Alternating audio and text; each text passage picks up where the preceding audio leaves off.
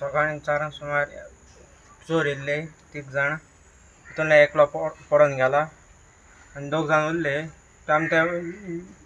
दार be open करून ते भितर गेल्ले चेरीस बी हे कोताले आमचे केले आमचे दार बी बंद केले हीट बी घायले आनी पुलिसाक बी फोन मारले मागीर तुमी ते दार बंद करून तांकां भितर घालून दवरले 2 जाणांकू हय 2 जाण भितर घालून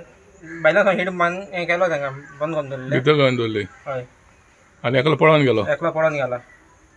ओके आनी चेरीस कितू बोल्ली बरोबर आले ते 5 दांडी पासून आसले अरावंड 5 to 6,000 चेरीस बोल्ली व्हरपा हय आनी तो एकलो पळोवन गेलो एकलो पडून गेला आनी तेगे मोटरसायकल ते आहा पूण कांय व्हरपा मेळना तांकां ना व्हरो मेळना कांय आनी आतां तिगाय पुलीस स्टेशनार हय तीग जाण व्हरपा ना 2 जाण पुलीस आसना खंय आनी एकलो व्हरपा मेळ्ळे जाल्यार हय एकलो पळोवन गेलो तो खबर ना मेळ्ळो जाल्यार कितल्या खबर ही सारकी 4 सुमार सो कोणी तुमी जाग आहली हय जागे जाले